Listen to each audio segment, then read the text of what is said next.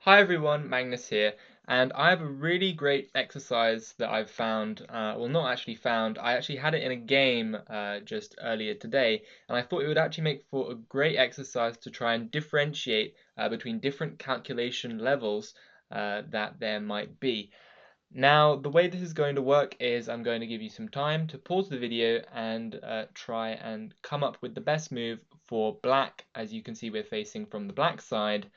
And I want you to try and give your thought process, try and calculate as much and as many lines as possible, as far as you can, to the point in which you think that you can correctly evaluate the position and decide who's better. So once you've gone through all the forcing moves for both sides and got to the point of completion, then you can end your calculation there and unpause the video and continue watching the rest of it. Now, just for a little bit of backstory, I am going to tell you that the last two moves by both colors were black played b5, I was playing the black pieces, and white played pawn to f4, attacking the knight here. Now, maybe I shouldn't have given that away, but if you want to now, pause the video, try and solve as much as you can, and then come back and unpause when you guys are ready. Okay, so I hope you had enough time to do that and enjoyed looking at the position. Now, I'm going to start off with probably would be like the lowest level of calculation, which would be if you had just because I told you that you played pawn to b5, that you then just captured this pawn here without really thinking about it and didn't notice that the knight was hanging, even though I kind of spoilt it and did tell you anyway. That would be a bit single-minded. You're only looking at your own plans and ideas, not really thinking about what your opponent's doing. So that would get a level of 600 to 800, where you're not quite focusing on your opponent's threats. Now, on to the next level of calculation. That would actually be knight to d7.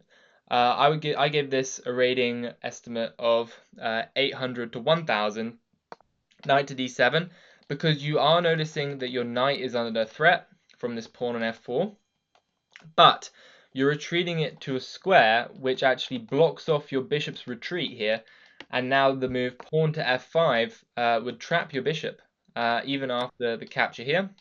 In fact, white could even throw in this check, although maybe that's not so good because the knight's hanging. So white would probably just take back here. And unfortunately, your queen is not protecting this square on f5, and your bishop would be lost. So that would get a rating of around 800 to 1000 if you are at that level and did notice all of this and then reject the line, then that's very good and nice job.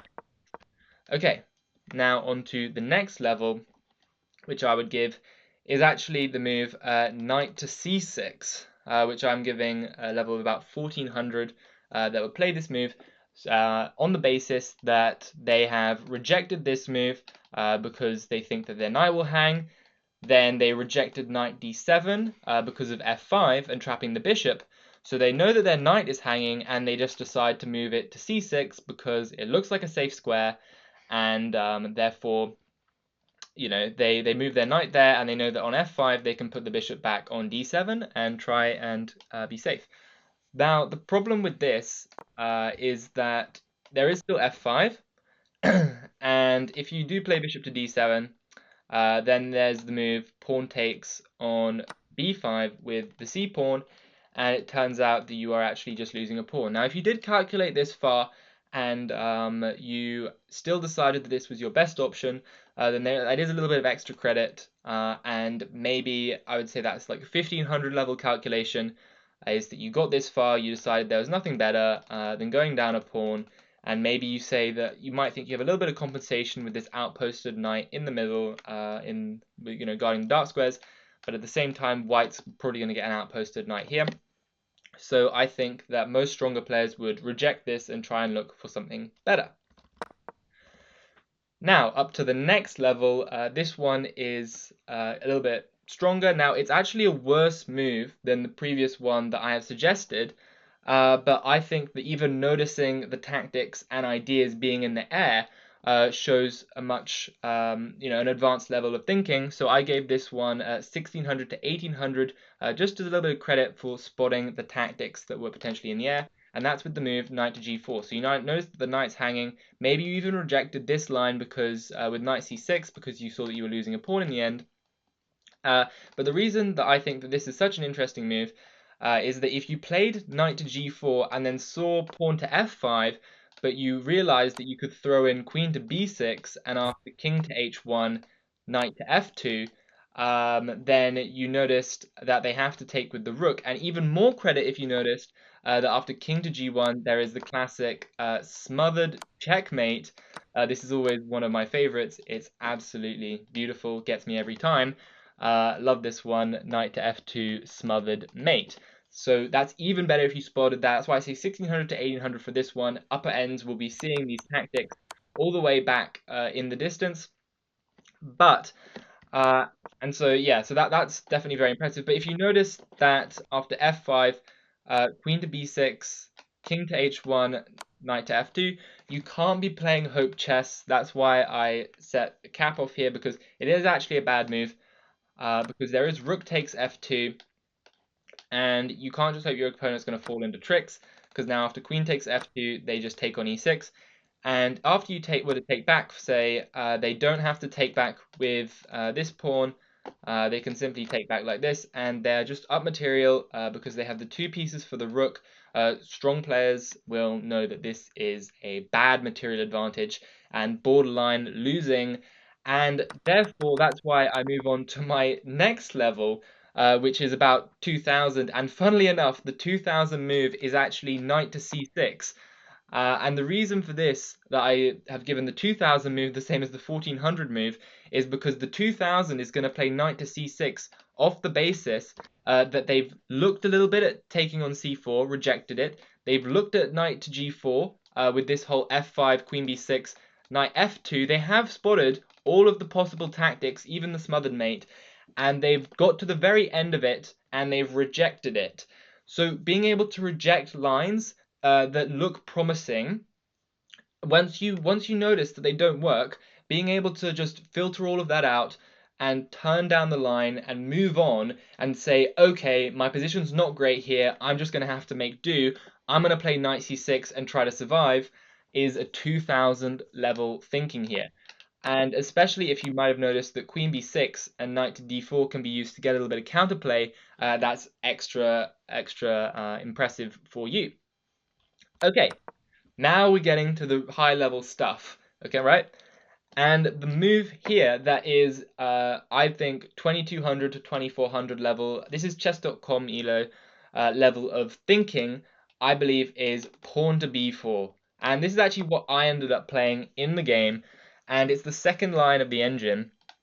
The reason pawn to b4 I think is a good move is because once you get to the point where you're playing pawn to b4, you've noticed all of the other lines with like queen b6, knight g4, you've noticed f5, you've looked at knight c6, you've rejected it, you spotted all of these moves, you've turned them all down, and you've said, okay, pawn to b4, counter-attacking the knight on c3 here.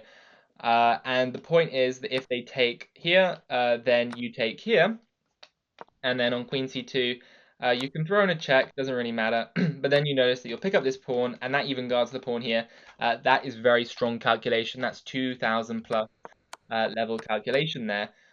But even better is if you notice that they can move their knight potentially into a7. And then you realize that this pawn is now under fire, but you notice that you can weave in the move queen to c5 and knight to c6, dropping back your knight to guard the pawn. Now, if you didn't notice that you can actually involve the other idea of knight to c6 from previous lines that we were talking about, if you don't notice that, which allows your bishop to retreat to d7, that's not quite 22 to 2400 level of thinking. It's still very good that you got as far as the counter blow against the knight to get yours out of trouble, but it's not quite there yet. And even stronger players will have also thought ahead to the point of f5 and decided not to take here, probably because of queen to g5 and stuff looking pretty dangerous here. Although actually this line is very actually not too bad for black. So it's actually even more impressive if you had gotten up to that and decided that maybe the G file will be useful for me in the future.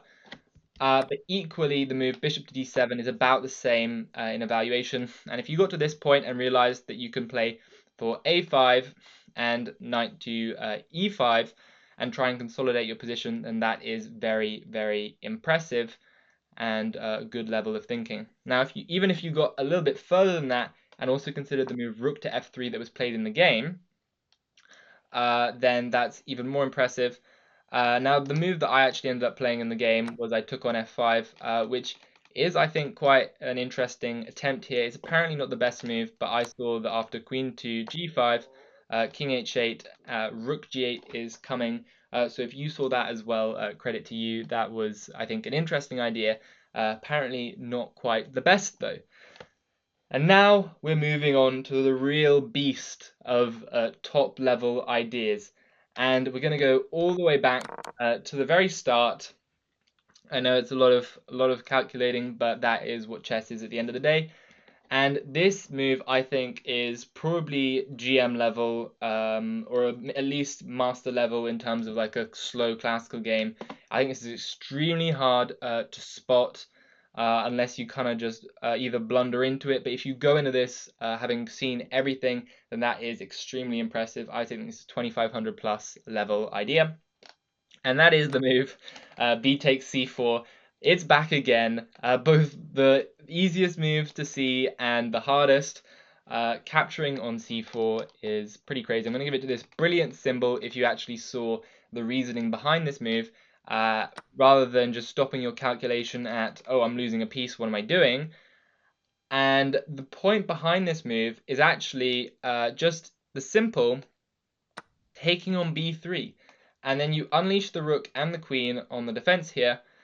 And let's say that they play rook b to c1, guarding the knight here. If you were looking at pawn to b2, that doesn't quite work because the queen protects that square. But then if you saw that there's queen to c5 check, forcing the king to h1. By the way, if you actually no, let's say if you just capture this pawn here and then you decided to evaluate this position as better for black, which honestly I'm not quite sure how you do that because it just looks totally crazy here. I would say that white's probably better, but you know, it's who really knows. Apparently the engine says that black is a little bit better, so if you can decide that this b pawn is worth more than the piece, then that is definitely very high level GM level thinking. But even stronger than that is if you notice that after captures, you can throw in this check and then take the pawn. And the reasoning is very subtle. So let's say that you just take the pawn here, and they go knight to d5, and then you were to take the rook, take back, and then play, let's say, rook to b8, like in the other line that I'm about to show you, then white can play the move pawn to h3, and actually white manages to get out of back rank troubles if the queen ever has to move. And white does kind of manage to consolidate all of their pieces and is almost surviving the game here, even though black is still a little bit better. But you are an engine. I do not think this is possible for a human to see. You are engine level if you notice that you can throw in the check, capture, trade the rooks, and then play rook to b8, and after h3, if you spot bishop takes h3 on top of that, knowing that you could force the king to the corner, and then play pawn to b2, I'm giving that an exclamation mark as well. And then after the rook moves somewhere, well, the rook has to move to b1 to stop the promotion. Boom, queen takes e4, and you win the rook. If you saw all of that, then get out of here, go play some games, and become Magnus Carlsen, because that is definitely very impressive thinking. So, going all the way back, I do hope that you guys enjoyed this puzzle. and at the very least had some fun calculating it. Hope it was a useful exercise. If you did think it was helpful, please do consider liking and subscribing, and let me know what level you got down in the comments below, and if you'd like to see another video like this. And all that considered, see you guys in the next video. Bye.